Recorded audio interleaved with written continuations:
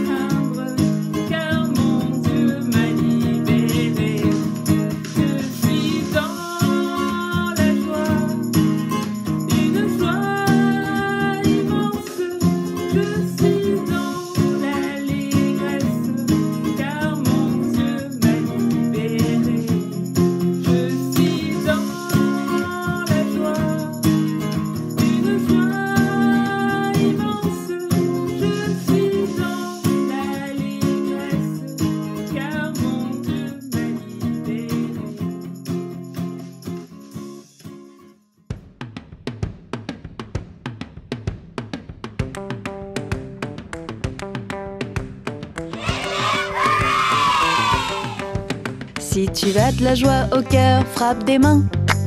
Si tu as de la joie au cœur, frappe des mains. Si tu as de la joie au cœur, si tu as de la joie au cœur, si tu as de la joie au cœur, frappe des mains. Si tu as de la joie au cœur, frappe du pied. Si tu as de la joie au cœur, frappe du pied. Si tu as de la joie au cœur, si tu as de la joie au cœur, si tu as de la joie au cœur, frappe du pied. Si tu as de la joie au cœur, fais hurrah, hurrah. Si tu as de la joie au cœur, fais hurrah, hurrah. Si tu as de la joie au cœur, si tu as de la joie au cœur, si tu as de la joie au cœur, fais hurrah, hurrah. Si tu as de la joie au cœur, fais les trois. Hurrah! Si tu as de la joie au cœur, fais les trois. Hurrah! Si tu as de la joie au cœur, si tu as de la joie au cœur, si tu as de la joie au cœur, fais les trois. Hurrah!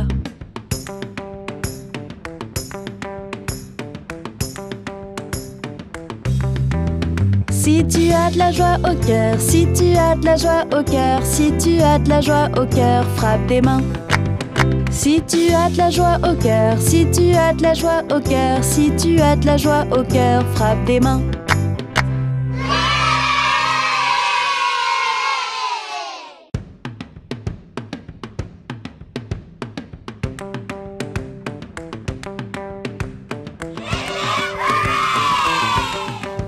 Si tu as de la joie au cœur, frappe des mains. Si tu as de la joie au cœur, frappe des mains. Si tu as de la joie au cœur, si tu as de la joie au cœur, si tu as de la joie au cœur, frappe des mains. Si tu as de la joie au cœur, frappe du pied. Si tu as de la joie au cœur, frappe du pied. Si tu as de la joie au cœur, si tu as de la joie au cœur, si tu as de la joie au cœur, frappe du pied. Si tu as de la joie au cœur, fais hurrah, hurrah. Si tu as de la joie au cœur, fais hurrah, hurrah. Si tu as de la joie au cœur, si tu as de la joie au cœur, si tu as de la joie au cœur, fais hurrah, hurrah. Si tu as de la joie au cœur, fais les trois. Hurrah! Si tu as de la joie au cœur, fais les trois.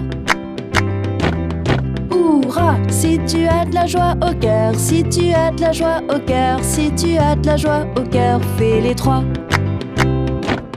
Hurrah!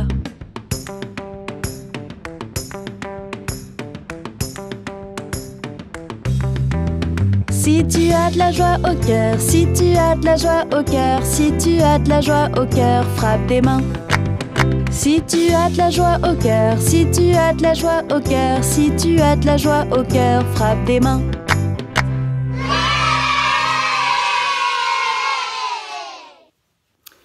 Alors, les enfants, est-ce que vous avez déjà été à un mariage? Je sais que tout le monde aime ça parce que c'est la fête, on se fait beau, les filles, vous mettez vos plus belles robes, vos chaussures qui brillent, et on va chez le coiffeur, enfin c'est toute une affaire et c'est vraiment la fête. Ici j'ai une photo, on voit vraiment le couple, il est déjà marié et ils sont tous contents, ils ont fait une photo de famille et vous voyez tout le monde s'est fait tout beau, c'est la fête. Un homme et une femme qui se marient et vraiment c'est la fête. Tout le monde est à la fête, les enfants, les parents, les grands-parents, les plus jeunes, les plus vieux. Je suppose que vous avez déjà été invité à un mariage. Est-ce que vous avez sûrement des bons souvenirs, vous vous êtes bien amusés? C'est vraiment un moment très agréable, surtout quand il y a du beau soleil et qu'on peut jouer dehors. Et c'est dommage qu'on ne peut pas se parler parce que j'aimerais bien que vous me racontiez vos expériences. Mais bon, on pourra sûrement le faire bientôt. Et ce sera chouette parce qu'on pourra partager chacun ce qu'on a vécu comme mariage. Mais maintenant, on va parler de Jésus qui lui aussi a été à un mariage. Et oui, Jésus, il aime bien aussi avoir des moments agréables, s'amuser. Et il n'y a aucun mal à s'amuser. Jésus, il aime bien faire la fête aussi. Et donc, du temps de Jésus en Israël, le mariage, c'était aussi l'occasion de faire la fête, mais là-bas, c'était encore autre chose. Et dans certains pays, c'est encore comme ça. On faisait la fête pendant au moins une semaine. Tout le village était invité. Vous imaginez, si vous invitez toutes les personnes de votre village ou de votre ville pour venir à votre mariage, ça en fait du monde. Hein? À ce moment-là, il n'y avait pas autant de monde que maintenant. Mais quand même, tous les habitants du village étaient invités et tout le monde y allait parce qu'ils aimaient tous ça. Et donc, un jour, Jésus et ses disciples et Marie, la maman de Jésus, sont invités à un mariage. Et Jésus, il est invité, il dit « Ok, je viens ». Il n'est pas triste, Jésus, il ne reste pas tout seul. Il aime bien partager des moments joyeux entre amis. Et vous voyez ici, donc ça c'est des mariages du temps de Jésus. Voilà, vous voyez, ils sont heureux, ils vont se marier. Et donc Jésus, les disciples et sa maman sont invités à la fête. Et donc ils sont au repas et tout se passe bien. C'est vrai que quand il y a un repas de mariage, on fait des repas un peu plus spéciaux. On veut vraiment faire des choses bien.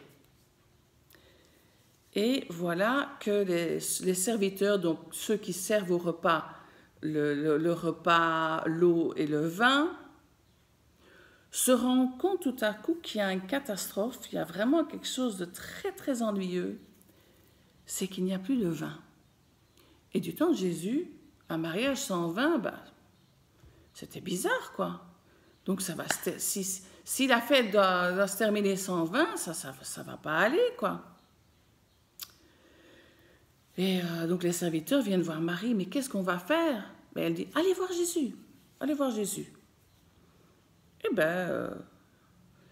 Et c'est ce qu'ils ont fait. Et Jésus leur a dit, Jésus, il panique jamais, hein. Jésus, il a toujours la solution. Vous imaginez comment on fait si on n'a plus de vin? De nos jours, qu'est-ce qu'on ferait à mariage? Il n'y a plus de vin. Ah, mais il y a les magasins qui sont ouverts tard le soir.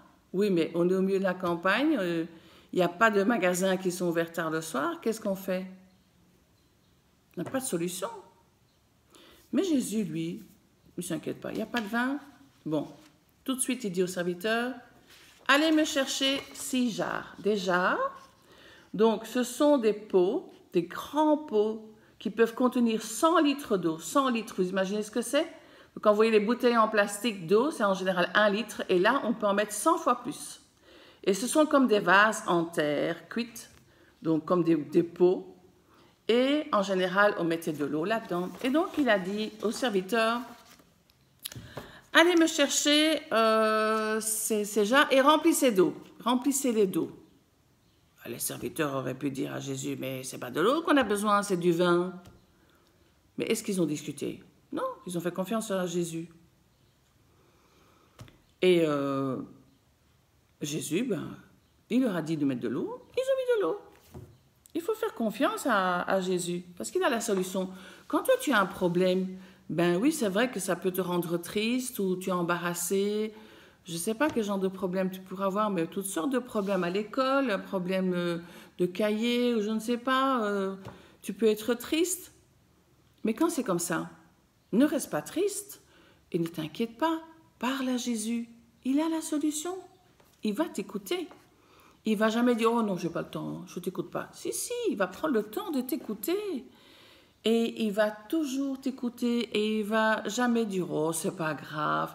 Non, il va toujours avoir compassion de toi et t'écouter quand tu es malheureux. Et il aura toujours une solution à tous tes problèmes.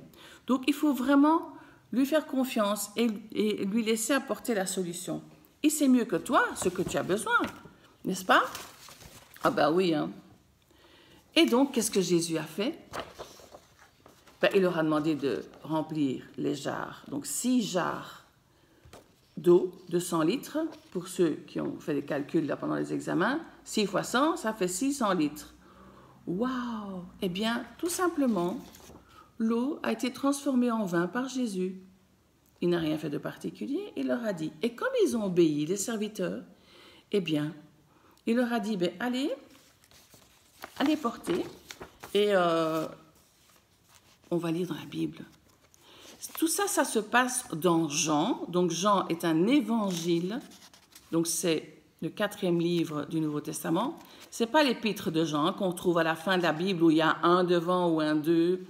Mais c'est l'évangile de Jean, donc on a Matthieu, Marc, Luc, Jean, au chapitre 2. Et on va lire à partir du verset 8 jusqu'au verset 10. D'accord? Vous écoutez bien, et si vous voulez relire par après, vous pouvez noter le passage biblique. Alors,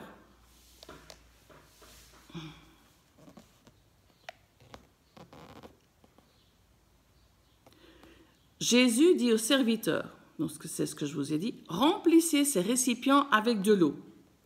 Les serviteurs les remplissent jusqu'au bord. Vous voyez, ils ne discutent pas. Hein? Jésus leur dit, maintenant, prenez de cette eau et apportez-les aux responsables du repas. Là aussi, les serviteurs auraient dit, mais ils ne demandent pas de l'eau. Mais non, ils ont fait confiance en Jésus. Et les serviteurs, qu'est-ce qu'ils ont fait? Ils ont tout de suite apporté aux responsables du repas. Le responsable du repas goûte l'eau qui est devenue du vin. Il ne sait pas où on a pris ce vin, parce qu'il savait qu'il n'y en avait plus. Le responsable du repas goûte l'eau qui est devenue du vin. Il ne sait pas où on a pris ce vin, mais les serviteurs qui ont pris l'eau, qui ont mis l'eau dans les récipients, dans les vases, ils le savent. Alors le responsable du repas appelle le marié et lui dit, tout le monde sert d'abord le bon vin, et quand les invités, et plus tard, donc, on sert du moins bon vin. Mais toi, tu as gardé le bon vin pour la fin. Mais le marié, il n'est pas au courant de tout ça. Donc vous vous rendez compte que le vin, l'eau que Jésus a changée en vin, est bien meilleure que le vin qui est servi à table depuis le début du mariage.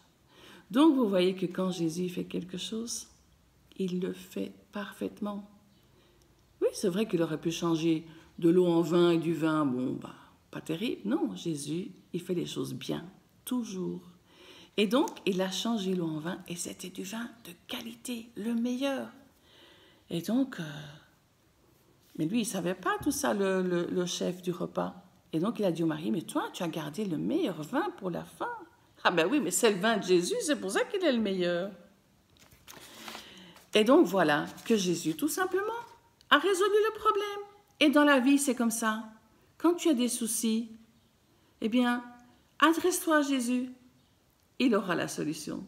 Peut-être pas comme tu voudras, peut-être pas tout de suite comme tu voudras, mais Jésus, il a toujours la solution et le meilleur de ce que tu as besoin. Et en général, il te répond bien au-delà de ce que tu as demandé. Donc parfois, tu demandes ça et Jésus, lui, il te donne beaucoup plus. Parce que Jésus t'aime et il veut vraiment tout faire pour toi. Ici, non seulement il a fait du vin, mais il en a fait beaucoup. Et en plus, c'était du vin, super qualité, du vin très très bon. Et voilà, quand on demande quelque chose à Jésus, il dit oui, bon, avec un vase, ce sera assez, on va faire du vin. Non, Jésus, il a fait les choses parfaitement. Et en grande quantité et de très bonne qualité.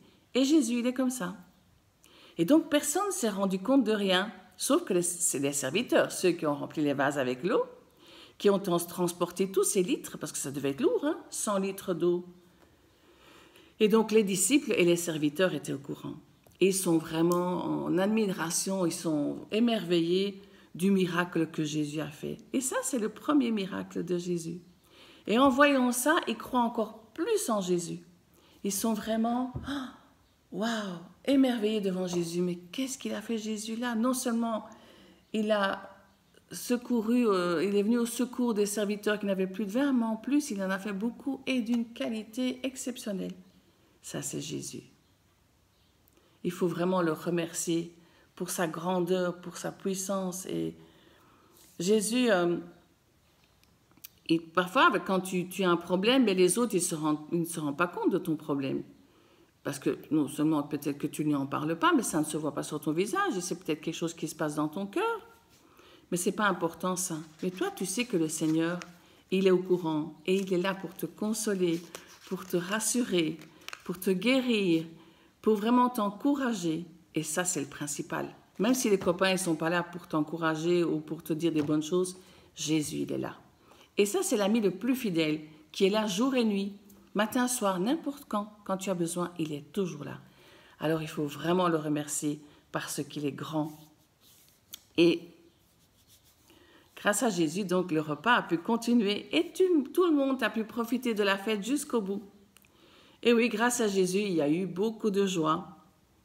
Et dans ta vie, il te bénit chaque jour et il prend soin de toi. Et donc, il peut t'apporter la vraie joie, celle qui vient de Jésus. Ça, c'est la vraie joie. Donc, ne reste pas dans la tristesse quand tu as un problème, parce que Jésus veut que tu sois heureux. Parle-lui, fais-lui confiance et attends-toi à ce qu'il t'aide. Alors, il mettra beaucoup de joie dans le cœur. Et ça, c'est la vraie joie. On va voir le verset ensemble qui résume toute cette leçon. Et vous voyez sur l'image le repas de fête que ces mariés ont pu avoir. Alors, qu'est-ce qui est écrit? Quand tu es là, évidemment, on parle de Jésus. Quand tu es là, la joie, elle déborde. Auprès de toi, donc près de toi, le bonheur ne finit pas. Et c'est vrai. Près de Jésus, la joie déborde. Il en a beaucoup pour nous. Il leur dira, ah non, je n'en ai plus aujourd'hui pour toi. Non, ça n'existe pas. Il en a plein pour tout le monde. Et quand on est près de Jésus, quand on se confie dans ses bras, le bonheur ne finit pas. Même dans les moments difficiles, il peut nous mettre de la joie dans notre cœur. Alors, quand ça ne va pas, n'oublie pas ce que je te dis aujourd'hui. Réfugie-toi dans les bras de Jésus. Et parle-lui. Tu parles comme un copain, hein? Tu ne dois pas faire des prières compliquées. Hein? Tu parles à Jésus comme tu parles à ton meilleur ami. C'est ton meilleur ami. Je t'encourage à vraiment être son meilleur ami. Et Jésus il sera là pour toi. On va prier ensemble? Seigneur, je ne veux pas rester dans la tristesse quand j'ai un souci, quand je suis découragée. Seigneur, je veux vraiment venir à toi et te parler de mes soucis, afin que je retrouve cette joie dans mon cœur, Seigneur, parce que toi seul, tu peux donner la vraie joie. Je te demande vraiment de m'aider à m'approcher de toi et que je puisse te remettre tous mes soucis pour que je ne reste pas dans la tristesse, mais que j'ai la joie de Jésus, la joie de Dieu dans mon cœur. Dans le nom de Jésus. Amen. Amen. Passez une bonne semaine, profitez bien de vos congés. Et à bientôt. Au revoir les enfants.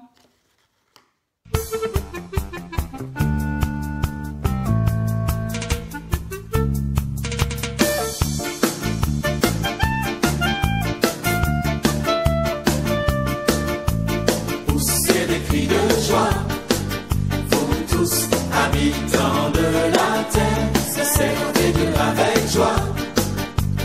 Venez dans sa présence. Des cris de joie, vous tous, habitants de la terre, servez Dieu avec joie. Venez dans sa présence. Sachez que l'Éternel est Dieu, nous lui appartenons. Nous sommes son peuple, le troupeau de son pâturage. Poussez des cris de joie, habitants de la terre, servez Dieu avec joie. Venez dans sa présence. Poussez des cris de joie, vous tous, habitants de la terre, servez Dieu avec joie. Venez dans sa présence.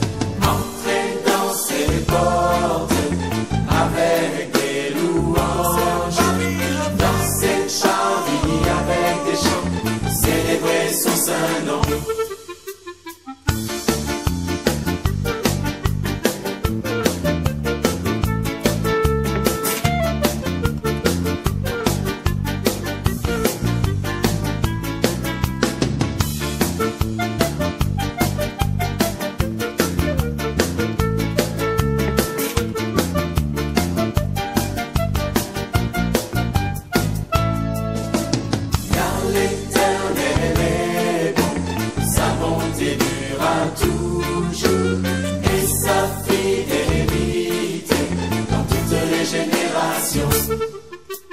Poussez des cris de joie, vous tous, habitants de la terre, servez Dieu avec joie. Venez dans sa présence.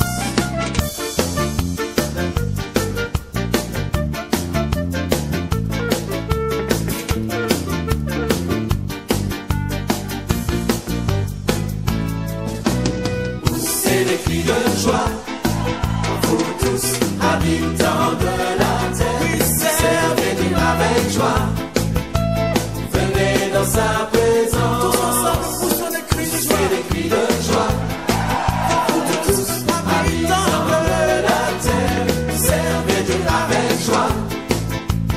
Venez dans sa présence, venez dans sa présence, venez dans sa présence.